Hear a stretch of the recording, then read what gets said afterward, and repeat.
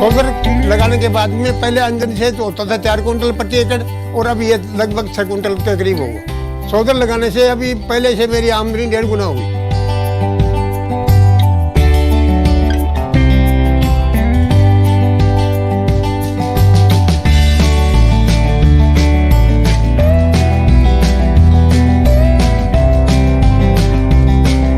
पानी का पंप था ना, वो पहले बिजली का था। परेशानी होती थी बहुत ज़्यादा, क्योंकि उसमें हर टाइम बिजली उपलब्ध नहीं रहती थी। 7 दिन रात को आती थी, 7 दिन सुबह को आती थी, 7 दिन दोपहर को आती थी। तो उसमें क्या था कि रात को उठना पड़ता था हमको, कड़ाके की सर्दी में उठना पड़ता था।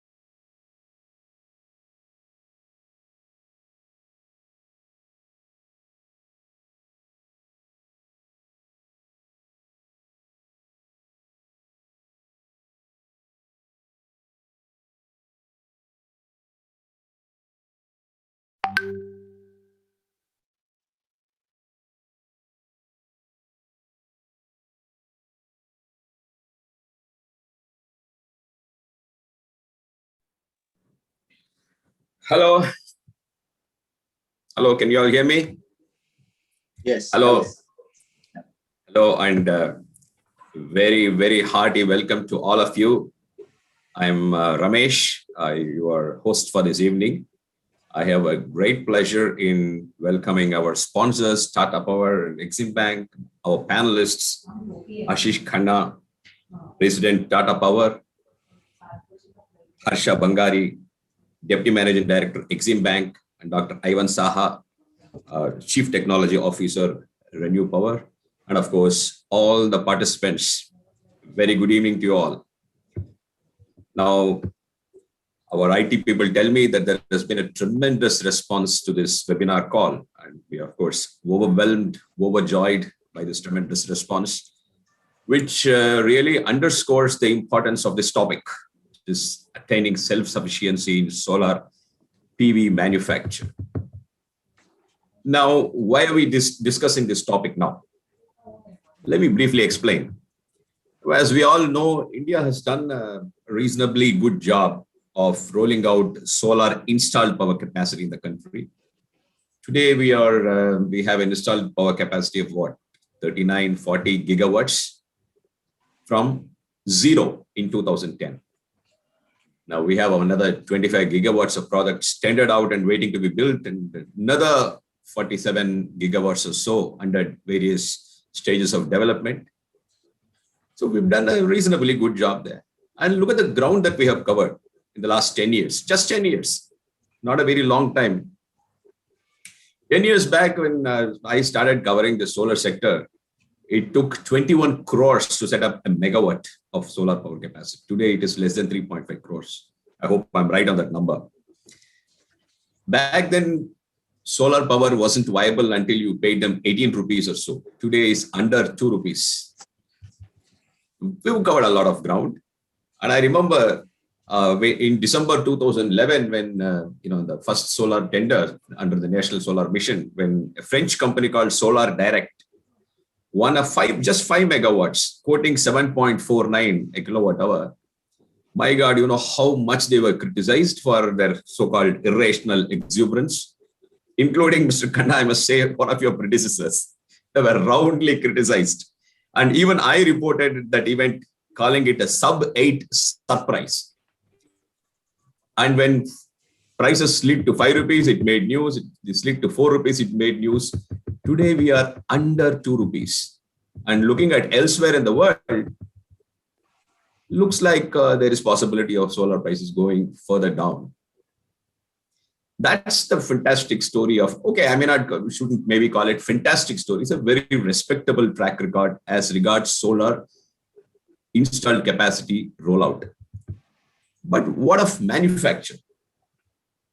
Again, I must recall my first visit to a solar power manufacturing plant was a company called Shan Solar right here. I live in Chennai, so nearby Sri City industrial estate. A poor man, the entrepreneur was an employee of Infosys in the US. He made a lot of money. He saved up all that and put up a solar plant. Didn't work. I mean, so many other companies set up solar plants. They were all swept away by the flood of imports from China. I mean, it was really nobody's fault, but that's the turn events took. And manufacture. So although Indian companies did begin solar manufacture back then, let's call it round one. So none of them was successful. Today we have about 3 gigawatts of solar cell capacity and about 10 gigawatts of module capacity. But we all know that most of it is only on paper, not great capacity. So now India is getting into the second round of manufacturing. We're taking another shy at manufacturing. And it's about time we did it. This time under the broad scheme of Atmanirbhar Bharat. So the government has announced some schemes.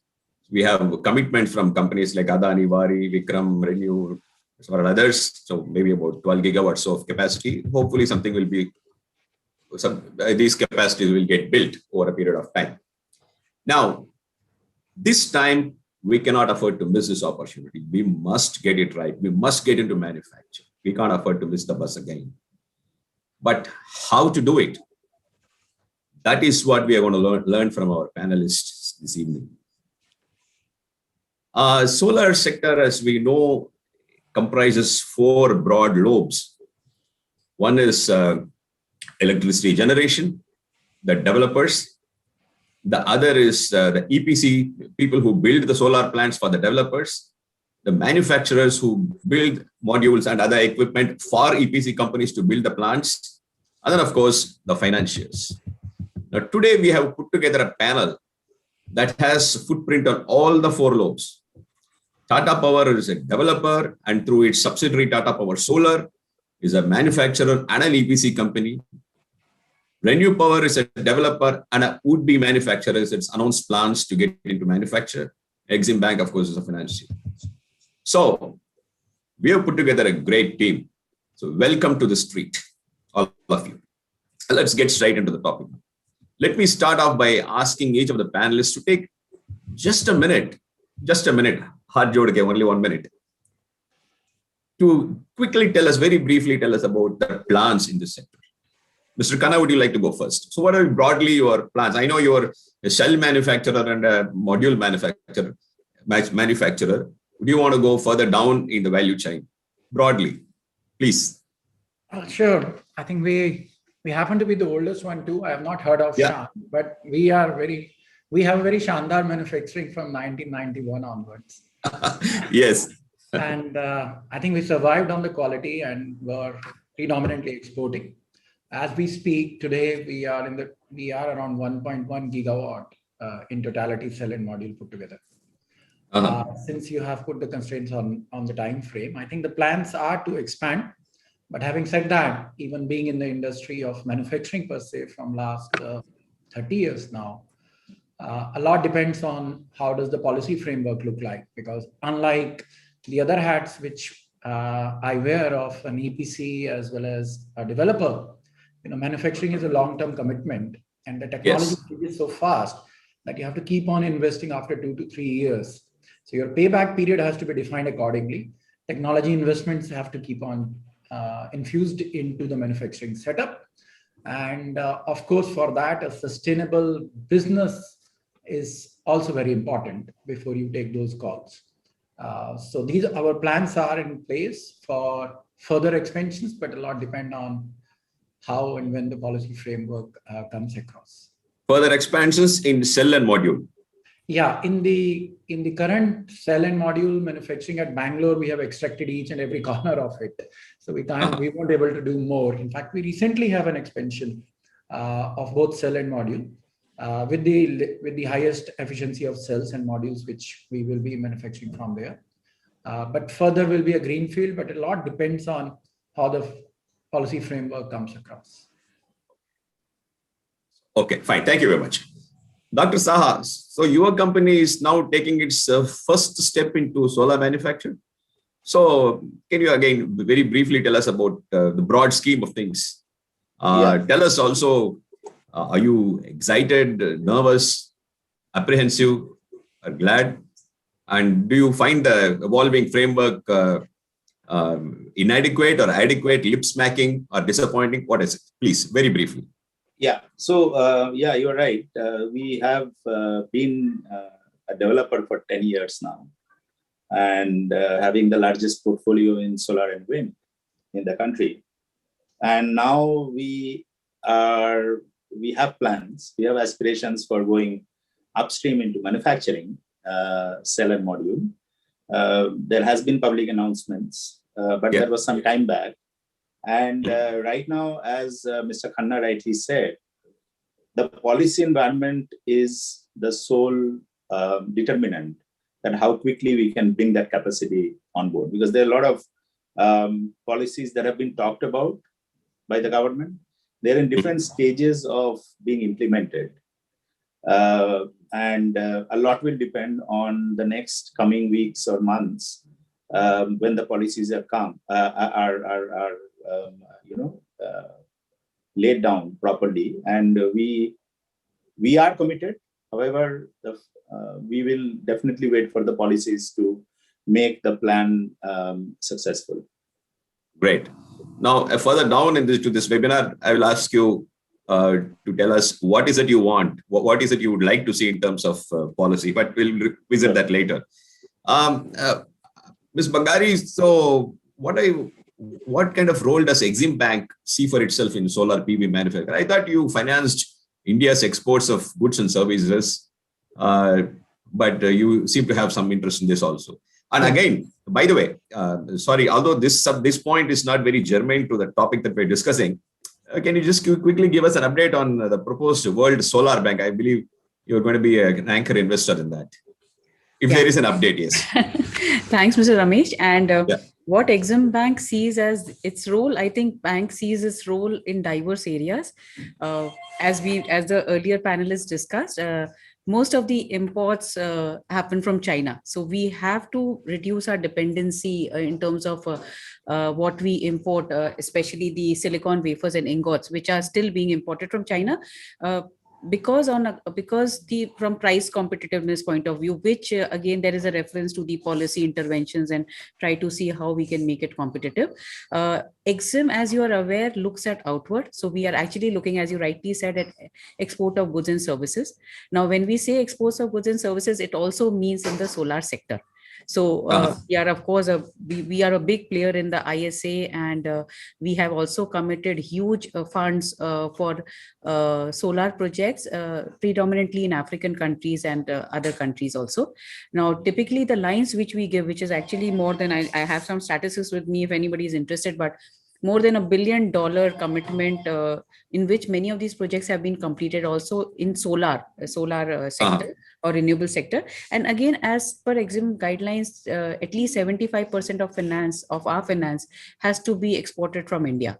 So that presents an enormous opportunity for the Indian companies if they have ambitions to export. So we are indirectly encouraging manufacturing in India so that could be used to export. The other part is on the commercial side, where we also do in a small way. We provide financing to the Indian companies when they want to set up units in India in this sector. So this is a pure commercial activity which bank does. Again, it's on the import side, because typically the panels are imported even today. So for the import, we provide financing, but we are looking forward to ensuring more and more setups happening in India. And eventually, in addition to the domestic markets, the Indian companies also look at exports. Now, you mentioned about the specific mention you made to the World Solar Bank. So Yes. the World Solar Bank would be the first multilateral development bank. It will be set up in India, and the aim is to infuse $50 billion in solar energy projects to the ISA member countries, which is over a period of 10 years. That is the envisage.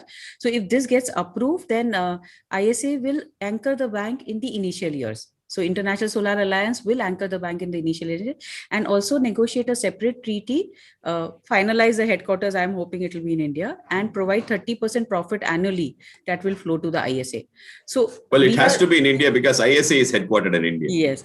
So we can't let it go elsewhere. Yeah. So we are hoping that the cost of solar installation has been declining worldwide, but it remains high for whatever reasons in the ISA economies. So we are seeing that this would change, over a period of time, and we would become more and more competitive in this sector. Fantastic. Thank you very much. Thank you for that. Okay, ladies and gentlemen, so let's take a deep dive into the subject. Now, the big question before all of us is, can India really be competitive against the Chinese in solar? Can we? I mean, I would like to think that we can. Of course, none of us here doubts the capabilities of you people. That's not in question. The capacity, the ability is not in question. But aren't there structural issues? See, beyond the control of companies. For example, do we have scale? No. Do we have integration? No. The Chinese control the polysilicon market. Do we have technological depth? Perhaps not. Not to the extent that we need. So given all these constraints, so it's very nice to have a large manufacturing setup here, but realistically, can it happen? Mr. Khanna, what would you like to say to this? And then I'll come to Mr. Dr. Saha. It's a valid point, Ramesh. I think it's a very valid point, and what you are illustrating out there is a fact of life too. But let's look at it from a different perspective. We are building around 10 to 14 gigawatt per annum of solar capacities every year, if not more, and it's going to enhance with time. So there is a market there. There is a the Chinese have 174. I know. Let me come to that. Yeah, we have a 10 to 14 gigawatt which we are building every year, right? That's our own market. We are not even talking about export for the time being. Yeah. Now, if you look at it, while the Chinese have 70 gigawatt or 140 gigawatt of capacities and we have less, let's also look around that where is the market coming from in the large scale projects or utility scale projects, right? What is mandating imports today or compelling even developer like us to import is the tariff on which we are bidding. Yeah. Now, if you look at the tariff in China itself, leave aside anywhere else, I'm saying in their home country, the tariffs in China compared to the tariffs in India are very different. So you have a price for the same modules in China, a price for the same modules in US, price for the same modules for Japan, and you have a price for the same modules for India. And this price happens to be lower than our cost price as the things stand today. Now these are the fundamentals here. Yeah. Now let's look at what is the major difference. Now, if you look at the tariff part, today you are very proudly saying that we are at sub 2 tariff. But if suppose we are not at sub 2 tariff, okay, we are at even 25 paisa more, 50 paisa more at max, even if you say that, rather than sub 2, if you are at middle of between 250, 225, even at those tariffs are phenomenally nice tariffs compared to anywhere. If I may interrupt you just to make one small point, you get much higher tariffs if you go to GTAM. If you go through the markets, you get 3.5. Exactly. You made it so nice for all the viewers. But if you have those tariffs which you come across, that even if there are 25-year fixed tariffs, not. the difference of this 25, 30 paisa is what? If you reflect on a tariff terms on only the module cost, then we are talking around 4 to 6 cents more as a module cost, and you can achieve those tariffs, right? At any given time, that is the difference between the price of imported modules and the price of Indian modules. It's not more than that. Take my word on it. Okay. So what we need to do is we need to ring fence our own requirements. We have ring fence in solar pumps. We have ring fence to a large extent in government mandated rooftops. If on a utility scale too, if we ring fence this difference between the price coming from outside to the price in India, you have a business opportunity within the country, right? Which there are any manufacturer who will be more than keen to take. The challenge today is this: if there is a differential in price and it is going to be uneven, how will we maintain that? You will have capacities which will build up because you need capacities. These are primarily commodities now. The only way you can lower or have a cost-effective price or a cost is by having more and more volumes out of it. So we will also build few gigawatts capacities here. There is that the knowledge is available here.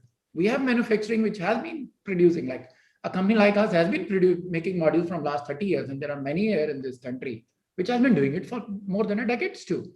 So the technologies are available, the intelligence is available, the infrastructure is available. It is not beating the price of China. That's the only difference we are talking about here. So if you ring fence it for some time, you will have these opportunities which are coming on our own. That's the only thing which we need out here. So basically the point is that, Nirbarata in this sector is not some fancy outlandish idea which cannot work. It's not like that. Absolutely. I think we have everything here. Actually, you made me put me at peace. This has been bothering for quite some time. Dr. Saha, how would you like to react to this point? Can we enter to the Chinese? Exactly. So I think I agree to whatever Mr. Khanna said just now, and that's the initial hand-holding that is required right now. But in order to understand why Indian manufacturers or how matured the Chinese manufacturing is, really speaking, you have to go a little way back in time, maybe a decade back or 15 years back. The first Chinese commercial cell and module manufacturing, actually, private investments in China in cell and modules started in early 2003-4. Okay, and China didn't have there was no downstream sector at all, and there were only few. The first Suntech factory was a 100 megawatt factory back in 2002 or 2003. Okay, and that's how China started. And then what happened was suddenly these private companies went into US stock market. They were funded, they were listed in NASDAQ. They came back with a lot of American money, put it back into their into the scale ramp up in manufacturing. And that's when the Chinese government realized that they are sitting on a potential gold mine. And they were wise enough to start from silicon, right? Yeah. So silicon thing did not start at that point of time also. So initially, I mean, at that time, there was a big crunch of polysilicon in the market. Okay. Polysilicon was selling at about $500 a kg back in 2005. 20 now. Yes. So at that point, so China started first building the upstream sector. And then only when they had actually beaten everybody black and blue, by 2010, 2011, everybody was out. Like American manufacturers, European manufacturers, they are all dead when China brought in the scale. Along with polysilicon capacity, they brought in wafer capacity, cell capacity. The Chinese government threw their weight behind it. They made an entire, what did they call it? The Golden Sun program and all that, which actually took the game away from the rest of the world, all the other manufacturers. And when the Europeans or the Americans realized that, they started putting trade barriers. The first was Europeans in 2012. They started putting trade barriers on Chinese imports. And then the Americans also followed. What happened after that, the Chinese government realized that they have to build up their own downstream sector at that point of time. to support that big capacity that has already been created. China was about 30-40 gigawatt of manufacturing capacity, upstream capacity. So, and these people were losing the business because there was no market for them all over the world. So in India, unfortunately, so the downstream happened earlier than upstream in China. In India, it is happening in the reverse order. Yeah. So what happened was the Chinese, by virtue of that 15-year of lead that they have over, so the entire ecosystem developed, the government put in their weight. There's a lot of incentives that were available, and they went at it in a typical large-scale manner, which Chinese only can do probably, and they beat everybody in terms of cost. When we realized that we have already lost the game, then I mean at that time we were when we started our upstream, our downstream, our developing plant or solar power plant business in 2010, 2011 with NSM. At that time, we were then heavily dependent on buying Chinese, and that has been the trend here. Even though Tata Power has been existing, maybe there are a few other companies which has been existing for the last 20, 30 years, but really scale did not come at that point of time. So people were only talking about cheap electricity.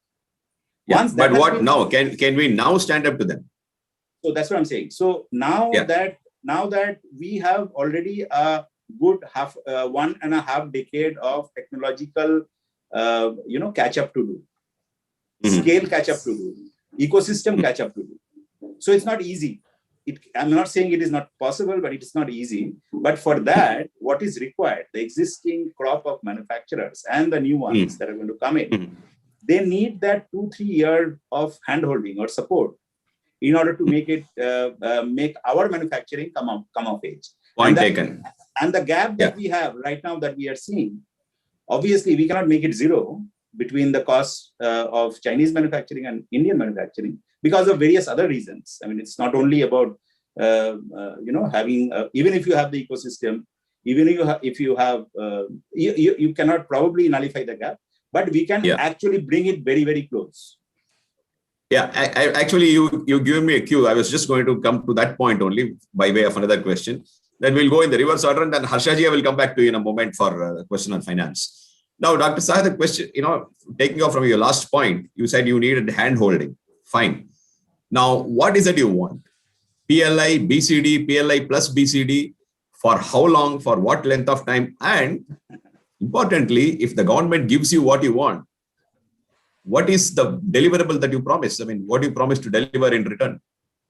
Yeah. So, Mr. Ramesh, I think what is required at the moment is all the policy support that we can get, all the governmental policy support that we can get, whether it is BCD. Can you be more specific? What is it you want?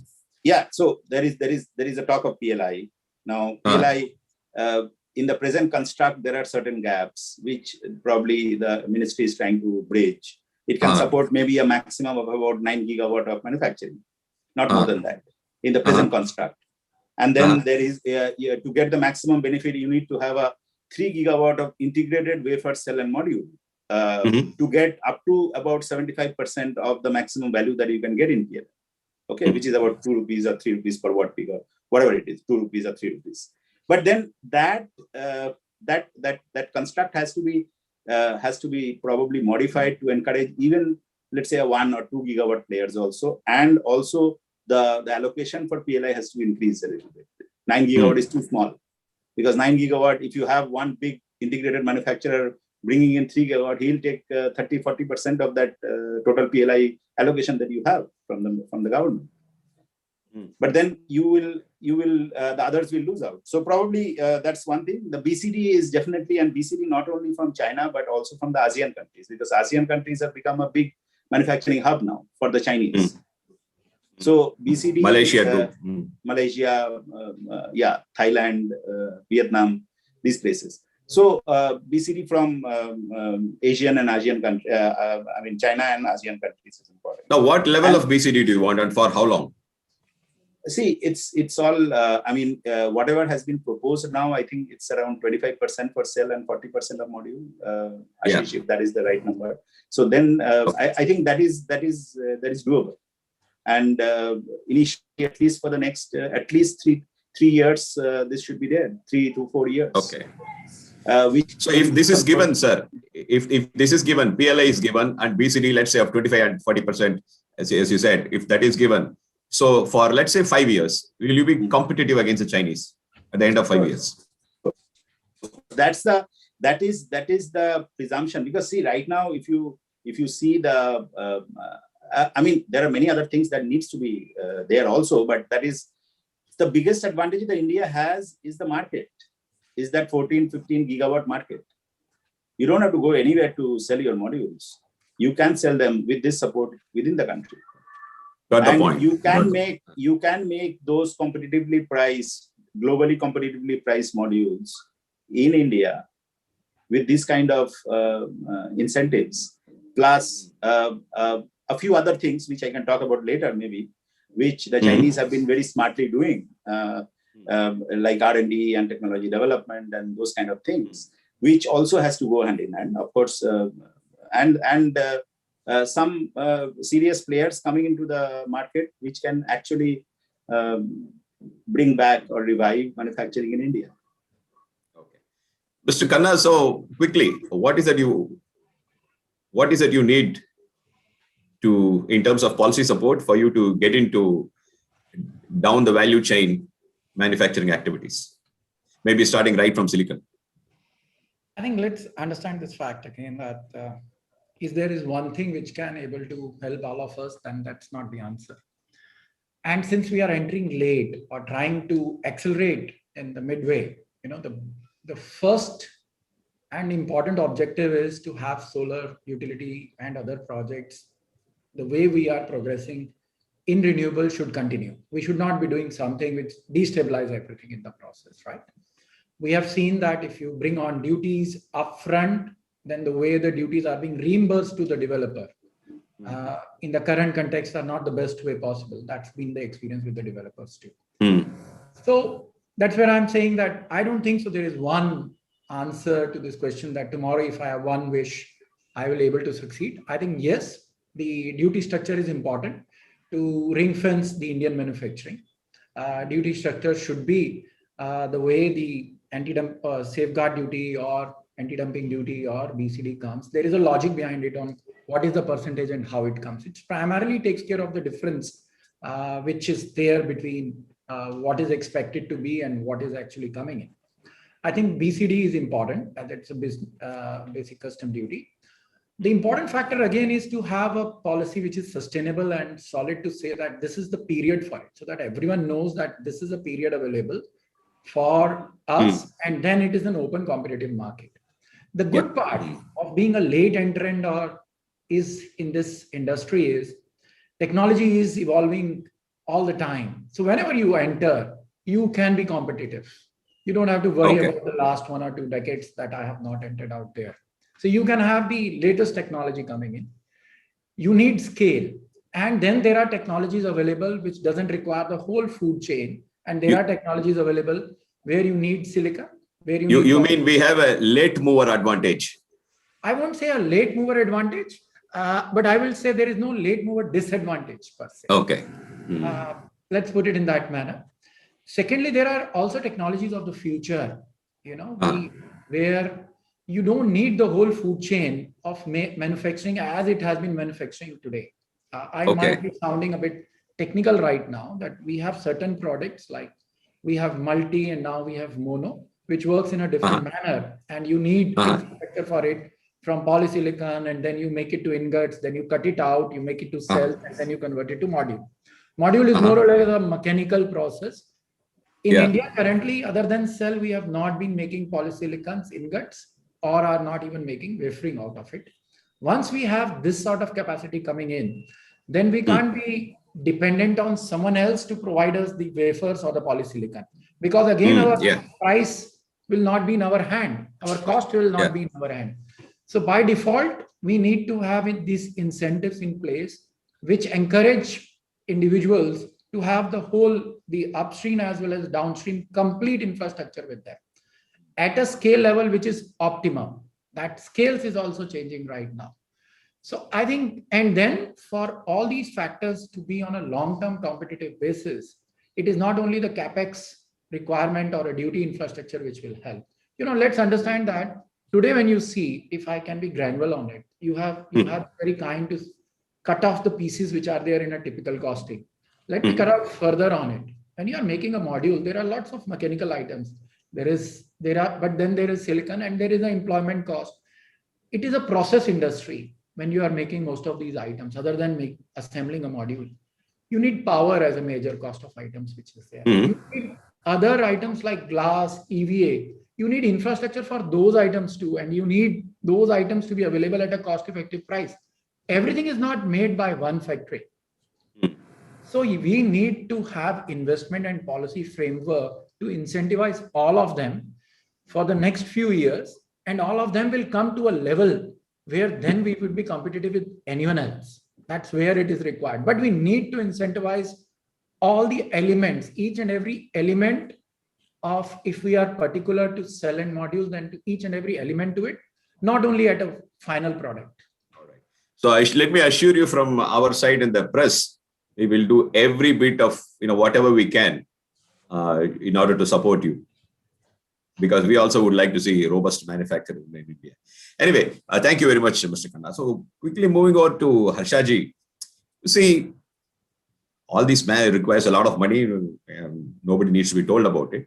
But the sense I get from the market is that while raising equity is not that big a problem, raising debt is a problem, especially when you come to something as new as solar manufacture. As a financier, what is it you're looking for? What would satisfy you in order to make you loosen your purse strings? What would you look for, please? Yeah. So see, for any business to be totally self-sustainable, we should be able to manufacture at a competitive cost, manage to sell and then earn income. Now, unfortunately or fortunately, renewable sector, there have been many instances of, the discoms defaulting and all. So the risk perception is high there. So automatically the cost of funds goes up. The other thing is that even if you finance, the cost of setting up a project, as earlier my other fellow panelists mentioned, the cost of setting up is high, and the returns, or subsequently when you set up these plants and then you supply power, the return or with the declining cost, it becomes very difficult for it to remain a sustainable model. So that is, I would say, as a financier, we look at as a major risk. We are actually, there was a mention about PLI and maybe the adequacy of the PLI, but I feel that is one of the very positive development which has happened, in the last budget when the PLI was announced. Of course, we are looking at maybe an investment of around 14,000 crore in this for a manufacturing sector. And I'm hoping that there would be FDI which would come in, so we are actually looking forward to some FDI coming in. And of course, we have good technology, but I'm also looking forward to an updated technology, even to the extent of these manufacturers in China and Korea, maybe looking at setting up shop in India. And that is how we are hoping to reach. See, for Exim Bank, it is more of an import substitution. So we are looking more at the silicon wafers and ingots, which are still not really being manufactured in India and is largely imported, primarily on account of the pricing. I agree that we need to extend the safeguard duty. So safeguard duty on solar cells and modules, I think, will have to be required from the government. On the manufacture of these wafers and ingots, maybe I'm not too sure, but a viability gap funding, because ultimately when you look at any financing, you look at the cost of the project and the returns from that project. So if that does not match, then there could be a problem. So in terms of setting up of the project or the cost of the project, if there could be some assistance coming from the government, either by way of viability gap funding or maybe on the revenue side in terms of protecting the revenue. Capital subsidy. Yes, that is something which could sort of bring an assurance or conviction in the whole financing pattern. That would give you a sense of comfort. Yeah. Okay. Yeah, that's useful. Thank you. Now, since we are talking about manufacture, let me come to technology. Now, I don't have to tell you, people or even the participants here, that PV is a very fast changing technology. But I'm sure you'd agree with me that as a country, across sectors, the corporate India has made a poor job of accessing technology from abroad. Well, let me quickly take half a minute to tell you a story.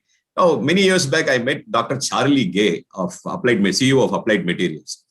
Now, in this conversation, he told me about a US company called Crystal Solar, which had cut off one of the segments, the chain of manufacture of some from polysilicon to modules. There's several steps. That company had discovered a different method for cutting off the ingot stage. Jump directly from vapors to wafers, thing like that. And I put that out. I wrote a news story on that. And the following morning, I got a mail from this Crystal Solar company, Crystal Solar, from its founder and CEO. He was saying something about that report. You know what his name was? T.S. Ravi, an Indian from Tirunelveli. T stands for Tirunelveli, from Tamil Nadu. And guess who picked up a stake in Crystal Solar? Not any Indian company, but Hanwha of South Korea. This is just an example. Maybe Crystal Solar wasn't found a good fit for India, for an Indian company. That's okay. But generally, we have not made a good job of, going out and buying technology from abroad, which is really very important in a, technologically fast changing a product like solar PV manufacturing. So what would you like to say in terms of our technological depth in this? Or to put it another way, is it wiser if we maybe give up all this, mono and polysilicon, crystalline silicon PV thing, and maybe focus instead only on niche areas like perovskites, organic cells? Mr. Khanna, what would you like to say about technological prowess that we have? Ramesh, you know more than most of the people around. So let me first compliment you on that. Perovskite. Well, I've been learning things from you, people like you. Okay, on a serious note, I think let's understand from one standpoint. When we were looking for a large-scale manufacturing, do we need to first invest in R&D and then come into it? Or we can be a lead adopter of technology, as I say this, and continue that path. I think for this immediate requirement of Made in India and Atmanirbhar, a lead adoption of technology is the right thing to do to kickstart in a major way the manufacturing within the country. I would also say that when you have business opportunities, your investments in R&D keeps on going. And even though I've read the book of Jugaad, I am a prime believer of the fact that we in India have the best brains possible.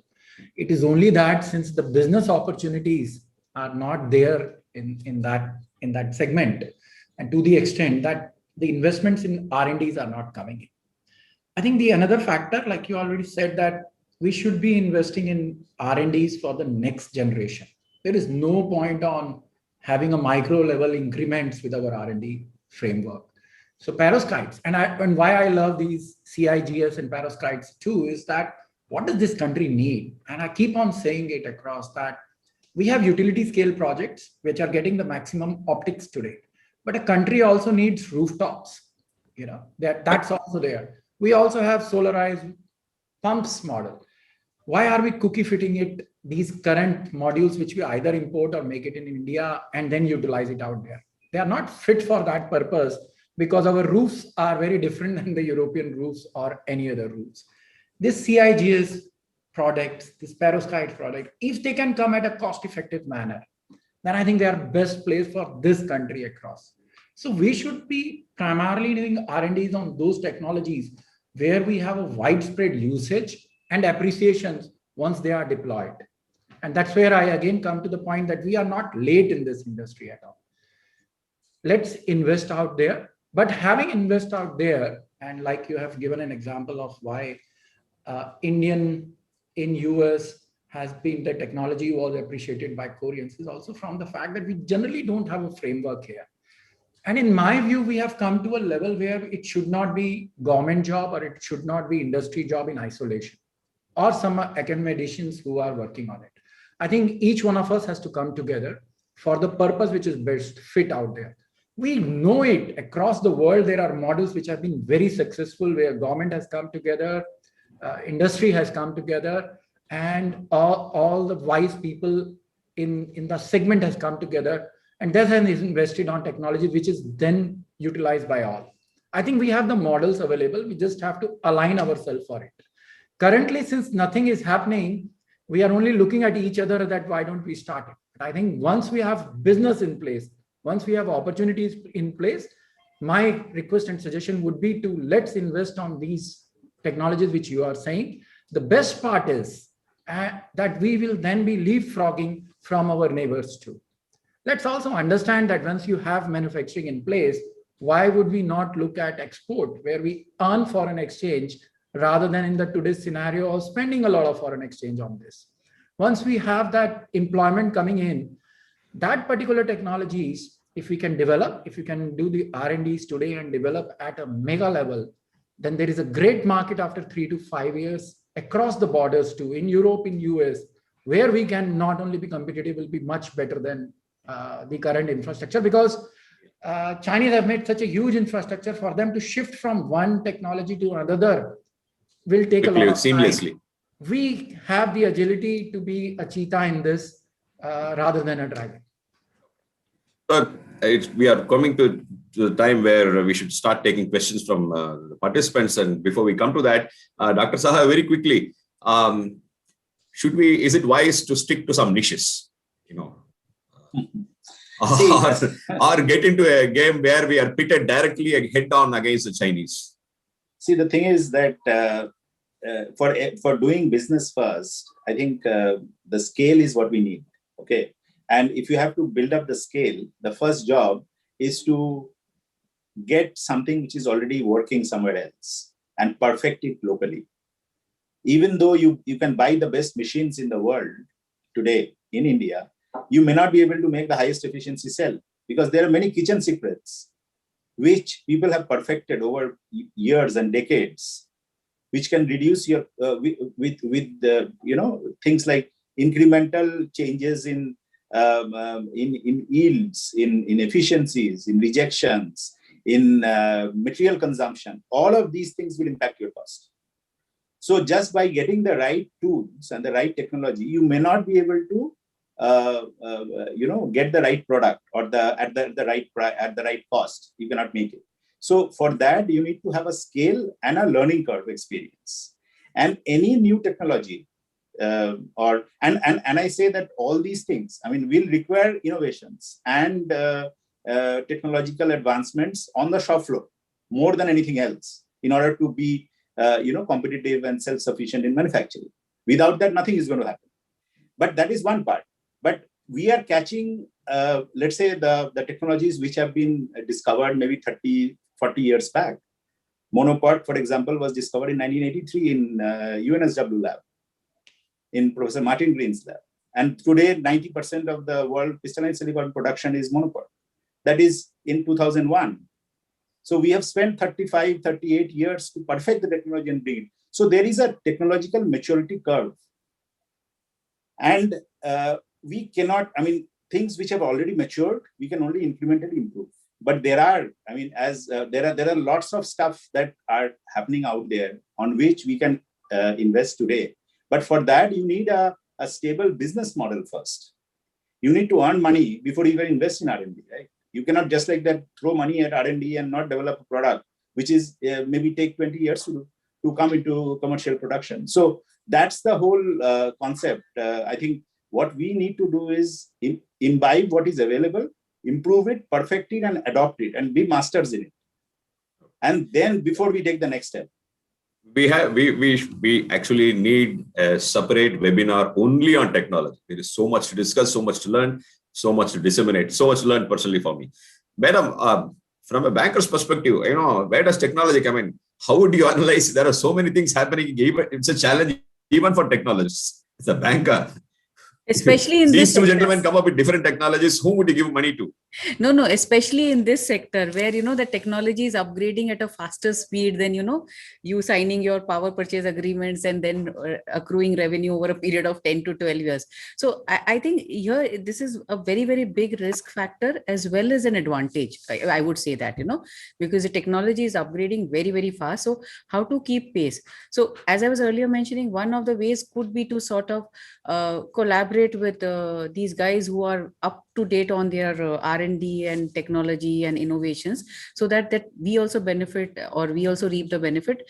The other option is, of course, a huge R&D deployment, but I'm not too sure as to how many of us can afford that, where we invest, especially when we don't have the scale. So there the scale also becomes very important, because if you have scale to a certain extent, you could justify the cost of R&D and technology upgradations. But when we are looking at a smaller scale, then I would say then it could become more of a burden. A technology expenditure could become more of a burden on that entity rather than improve its profitability or businesses. Maybe you should have a chief technology officer in Exim Bank to appraise and analyze this technology. We have a chief technology officer to take care of our systems, but gladly, we really don't have to worry about these parts, at least in the past. Fantastic. Well, I can go on and on like this, but let's move on to questions from participants. With the first question that I have here from Mr. Raghav Ralhan. He is saying the biggest problem is the availability of silica globally, which is an important component for solar panel manufacturers. How do we think we can find a way around it? Also, how do we... Sorry, give me a moment. Yeah, so what is the answer to this question on silica availability? I think there is, if I can, I think there is enough silica available, and the new technology doesn't need the silica which we... Oh, sorry, let me complete the question because I missed it here. He's saying, how do you think we can find a way around it? And also, how do we aim to find the sweet spot, he says? I think the first point on silica availability, there has been enough studies done on the availability of silica and how to manufacture ingots from them. That is not that big a problem. The challenge is if when we are converting it and coming to the ingots level and wafers level, is it coming as a cost effective? And then what is the scale which it requires? And again, then the point comes up at that final product of wafers, will we able to convert it and compete with the imported products? I think that is where the challenge is. The other challenge, which I think we have missed mentioning in this particular webinar, was the support which the manufacturer outside the country get on various elements like the power cost, the capex cost, or the incentive or the VGF on capex. Also with respect to your many funding costs. Now, all these costs, when you add up, then you have this disparity of prices which comes up. Otherwise, we are competitive, and there is no sweet spot there. The sweet spot is available. There are enough studies on paper which has happened.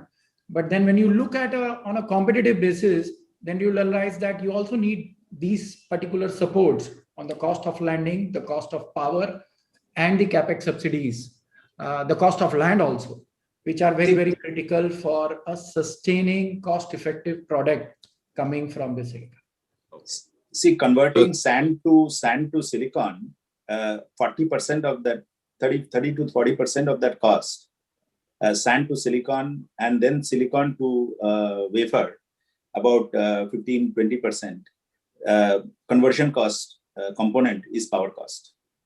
So you need to have very attractive and readily available cheap sources of power. Most of China's polysilicon capacities are in Upper Mongolia, where there is low-cost hydropower available. Well, true or not, today we have in our head that power cost is no issue today. Power is available and it's available pretty cheap. Well, I don't know from the industry perspective if that is true or not, but this is a general perception. Well, anyway, so Vasan Annamalai wants to know, what ingredients does India require to be Atmanirbhar in solar PV manufacturing? and what would be its ramifications?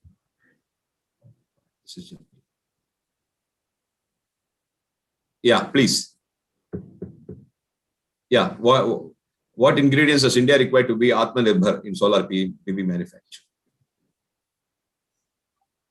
I think from the last 45 minutes, we have been only... Yeah, that's what we have been discussing. Okay.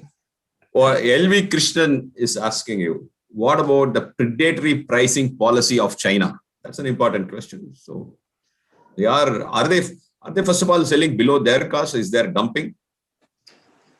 I won't use the word of these words of dumping or not, because they have different connotations. But let me tell you that the product, and if you will look at the whole process, it's a process-based industry when the products come out. So it is very difficult for you to discriminate that these 5 modules will go to India with of this quality and this specs where the 5 will go. By and large, you have the similar products coming. And from the same unit, I'm saying from the same unit, if you look at their price for US, their price for Japan, their price for Australia, I'm saying their price at their port. I'm not looking at the duties which they have to enforce, and their price to India. There is a difference, and this is published data. So yes, there is a price differential, if I can use that word, between what it comes. It is a factor not only that it is universal at various times, depending on the capacities, the time, and the quantities which a buyer is buying. So this differential changes. But yes, there is always a price differential between product coming from the same plant to different countries. So the questioner is asking you if there is predatory pricing. Is there or is there not? See, I want to play it safe. Solar, Mr. Ramesh, price in solar is a function of demand and supply. It is never a function of what is the cost. At least that's my experience in the last 25 years in solar. So and Chinese always play by that. I mean, they are prepared to lose money on a few bad months, but they will make double the profit in the remaining months. So it's always a demand and supply. And as we have seen, they don't mind bankruptcies. We've seen several companies go belly up. Suntech. Absolutely, exactly. So I mean, bankruptcy is taking it to the level of. I mean, I'm not talking about that, but I'm talking about in general. That's how businesses are run in China. That there are demand and supply, and there are big players like there are big companies like in cell, in wafer, who actually publish prices at the beginning of the month or end of the current month for the next month, and the whole industry follows. They have to adjust their pricing accordingly. Let me interject with a question of my own. Is thin films completely gone out of the market? It's gone? I would not say that. I think in the current context, there are companies who are working on thin films. They are not coming to India because there is, as per my understanding, we don't make it. I haven't heard of First Solar in a very long time. Yes, my understanding is it is not right to comment on someone else on this. No, not the individual company. Sorry, not the individual company. From the industry knowledge, I think they are doing well, and their products which they are manufacturing in Malaysia, Vietnam, and in US are predominantly being exported to US. At a very handsome price. Let's ignore companies' names and let me stick to the first question. Is there still a play for thin films? I personally think so, as a person who closely follow the technology. But then you have to come to the financials to look at it, how well it will work on it or not. What do you think, Dr. Saha? My guess is that, see, I'm part of several international bodies where we predict technology trends. So we don't see thin film coming into mainstream and replacing silicon per se, because just the scale of silicon that is available today, crystalline silicon technology scale, is about 170, 180 gigawatt of capacity, manufacturing capacity is available, while the demand is about 100, maybe 100 plus 120 gigawatt per year. So there is enough scale in crystalline silicon to actually take care of the entire global demand. But yes, there are niche players like First Solar and a few others who have a good product actually. In fact, they have they've done a lot of work in developing those products. But I think mainstream is definitely going to be silicon over the next 10 years. Crystalline silicon, bulk crystalline silicon, not thin film.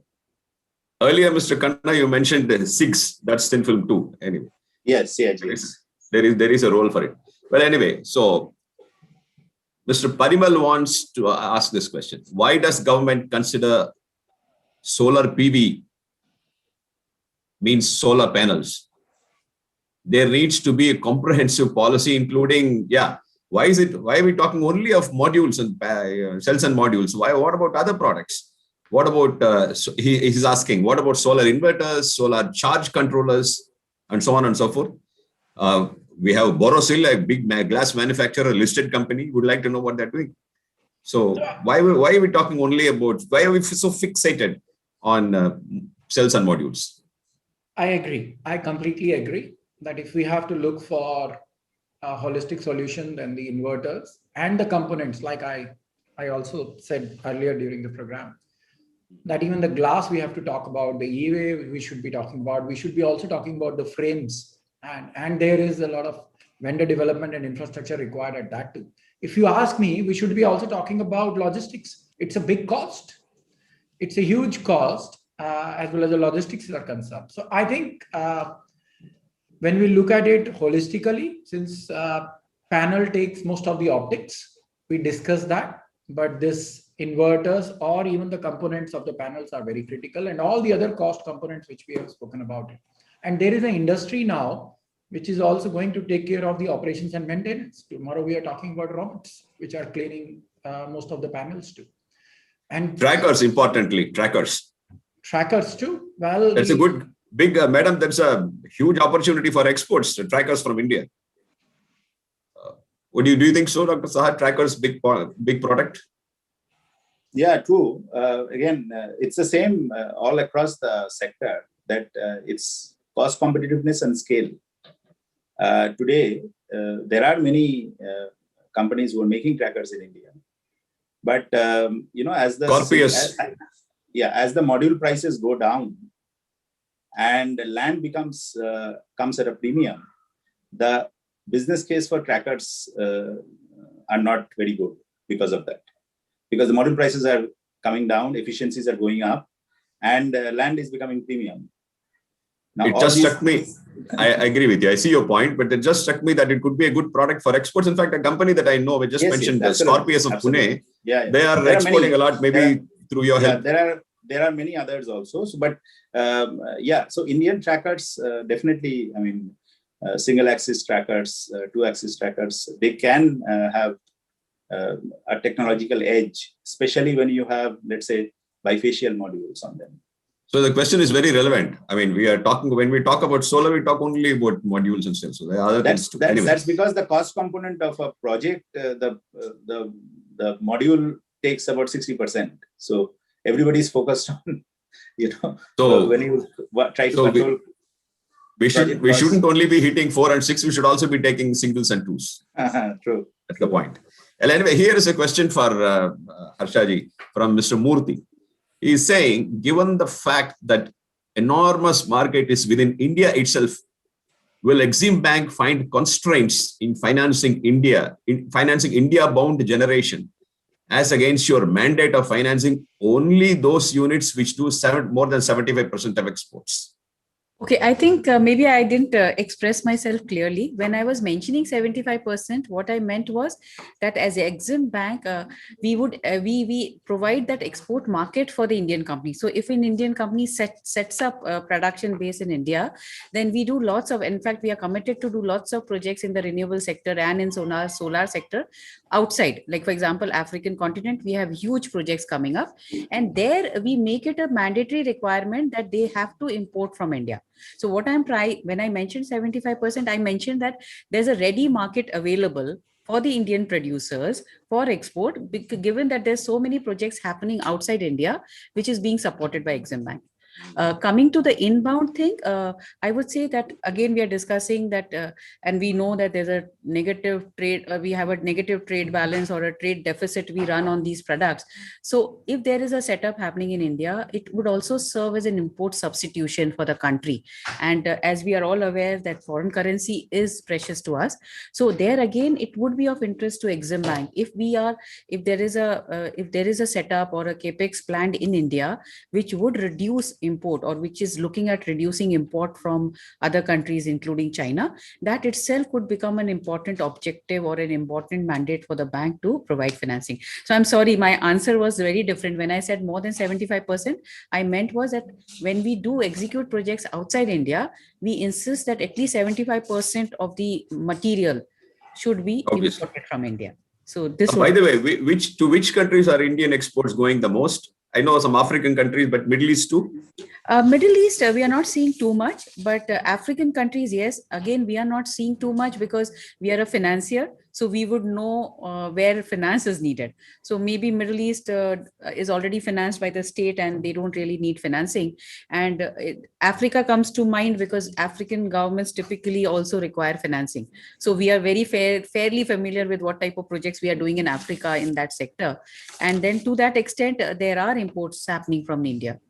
Do you have a separate line of credit for solar for Africa? We have in fact many lines. Of course, we have huge commitments, but if I just give you some statistics till date, we have around 33 solar projects we have implemented or we have committed with a value of more than $1 billion. So to be precise, $1.1 billion, which is around 8,000 crore, of which in fact 10 projects have already been completed of value around $70 million. And there are other projects which are in various stages of implementation, trading, tendering and processing in process. Again, most of these beneficiary countries for the bank's lines of credit program is Africa. Because again, you know, that belt comes in the Africa, most of the countries qualify. So we are seeing, I would say predominantly, we are seeing African countries being the beneficiary of this. In addition to that, we also run commercial lines and quasi-commercial lines, where again, we have huge interest. And if I may say, some of the countries which we look at is Maldives, Ghana, Uganda. These are the countries we also look beyond the lines of credit program. So a semi-commercial program. We also come against under instances where on a smaller scale, Indian companies are setting up solar projects outside India on commercial basis. Like there have been Indian companies who have been setting up projects in Sri Lanka as an investment, you know, overseas investment program. So Exim Bank also steps in there to finance Indian companies if they want to set up projects outside India. So I would say the range is very wide. Yeah. Lot of scope there. I know a very small company in Chennai who set up a plant in Tanzania. Yeah. So yeah. Well, here is another question from Mr. L.V. Krishnan. So what role would concentrated solar have in this country's program? Concentrated solar. Our experience has not been on that much. We don't have any projects on that. I think there are certain challenges on that part. Besides the water and other factors. I used to get very excited when talking about Fresnels and stuff like that. Once upon, don't get to hear much about them. I think around 5 to 7 years back, they both were on the same platform, as well as the excitement towards solar was concerned. But of late, we are more towards the PV side rather than concentrated solar. Why is it so? Why is it solar? Concentrated solar is not taking off. I mean, the yield is more, isn't it? The yield is more, but if you look at the capex is high. Second of all, you again have a water, which is the main ingredients out there. And you have a lot of other components which are very similar to a fossil fuel plant, which also plays a very important role. So, you know, unlike a PV plant where you can just build a plant and for 25 years you are guaranteeing the output, there are challenges there on the concentrated solar too. Plus, if you look at worldwide too, the way again, like I said, the business opportunities and the competitiveness in the manner in which the technology has upgraded itself for the cost effectiveness in PV solar, that has not happened in the concentrated solar. So now there is a big disparity as well as the per unit cost is concerned. Now we are talking, yeah, please, Mr. Sir, One Dr. of the Sir. reasons why concentrated solar has not taken off that way, because I think it's because of the scale at which you need to do this. Anything less than 70, 80 megawatt is not cost effective. More than 100 megawatt, 200 megawatt is what is cost effective. Who is stopping you from putting up a large plant? No, so there are, this is one. So cost effectiveness and scale. So biggest advantage of solar is it is modular. You can have a 1 kilowatt system on your roof, or you can have a 1 megawatt system on the field. So that's the biggest advantage. And second, of course, there are a lot of engineering challenges around building a concentrated solar plant. It's not very easily, it requires a lot of skill. And it's like, and there are long gestation periods, 1.5, 2 years, that you need to build a plant like that. After you start, real engineering, and that too, the technology is matured, but it has not been proven other than places like Spain, Portugal, southern parts of Europe.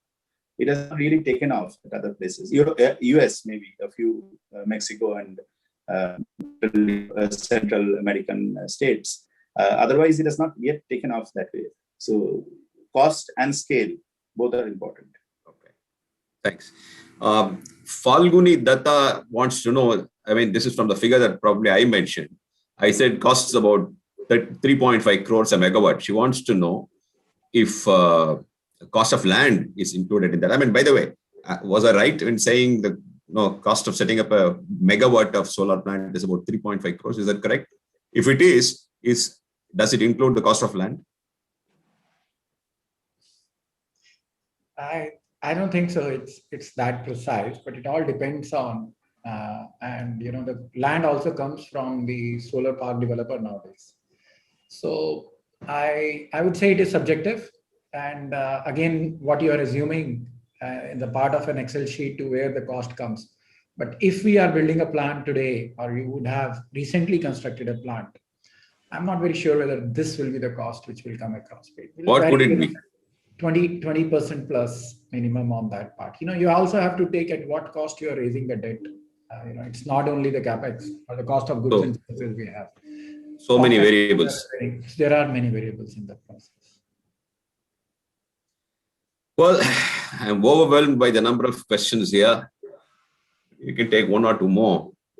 There's Mr. Uday Kumar Mahul is asking, why hybrid power, solar plus wind, solar wind hybrid, vertical micro turbine systems do not find place in India where batteries can be avoided? A very highly technical question. Well, solar hybrid is the way forward. People are, there have been efforts in that direction, combining not only, if you have to replace battery completely, it's difficult. So if you need to have round the clock power or something like that, it's difficult to do with solar and wind alone. You need to have a backup as well. But so I think our government is also looking at hybrid projects in a big way now, and that is the way forward. Micro turbines are there. It's a very small niche area, micro wind turbines, which probably has not seen the light of the day because it has really not been popularized by any single OEM or manufacturer or developer. Because it's like building a distributed solar versus a utility scale solar. So micro turbine. Anyway, so that question was more from the developing side rather than manufacturers. So slightly out of place, but still is okay. Maybe we'll take one last question from Mr. Sakam Arora. It is a question about organic solar cells. He's saying organic solar cells are comparatively much cheaper to manufacture compared with other types of solar cells. Would it be good for India to focus more on research into the weaknesses of OSC, like short life? I mean, would you do more research in organic solar cells? Absolutely. And stuff like that. Why only organic? Absolutely. Even perovskites. See, the whole thing is solar. Organic solar cells cannot replace silicon in utility scale, for example. But there are specific application areas where you don't need a 25-year lifetime. You need maybe a 2-year lifetime or a 1-year lifetime of the product. And those applications, handheld solar devices or something, where organic solar cells can really be cost effective and scalable. It's only that the right kind of R&D infrastructure right now is not in the country. Whatever is being done is not from a product perspective. It's mainly on technology development perspective. So if we have a product which can be translated across many, the cell itself can be packaged in a unique way and probably slapped on a few electronic devices, then yes, why not? What about perovskites? I mean, I see a lot of activity in the research labs. I mean, every IIT is working on it. My guess is it's anywhere from 5 to 8 years away from commercial deployment in the scale that would make sense for India to get into it. Which means that it doesn't mean that we should not get into it right now, but we should get into it with. So perovskite is one thing, but then the next generation of PV will not only be perovskite, it will be silicon. On top of that, there will be a perovskite to make a tandem junction solar cells. And a tandem junction solar cell can actually breach. It can capture more part of the solar spectrum, and it can breach the Shapley-Quasar limit of 28%. And you can reach efficiencies higher than 30%. And that is really the future of solar. But yes, perovskite is an interim step. Whatever we are building today is an interim step, but then the future is that tandem junction. Which will take about 5 to 7 years. I would say. Got it. In fact, this what. While on the subject of technology, is the industry going bifacials fully? Yeah. I mean, I think that's becoming a fast emerging trend, I would say. Even on utility scale? Yes. Only rooftop? Only on utility scale. It's making sense, but right? On utility scale, where do you have the reflective coating on the ground? I mean, if there's terrain is grassy, or I don't understand. Natural albedo varies. That's not much, isn't it? Yeah. You need a reflective coating. You don't need that much. The kind of difference between a 2 rupees 20 paisa tariff and a 2 rupees 25 paisa tariff probably is having even a 5-7% albedo can ensure you that. So you don't really need white painted roofs to reflect the light to get 20% or 25% reflection. But yes, that's the future. And actually, the reason why it has caught on is because it doesn't add to the cost of making the module. No, it doesn't? Okay. It doesn't. So that's the innovation that the Chinese have done in the last 2-3 years.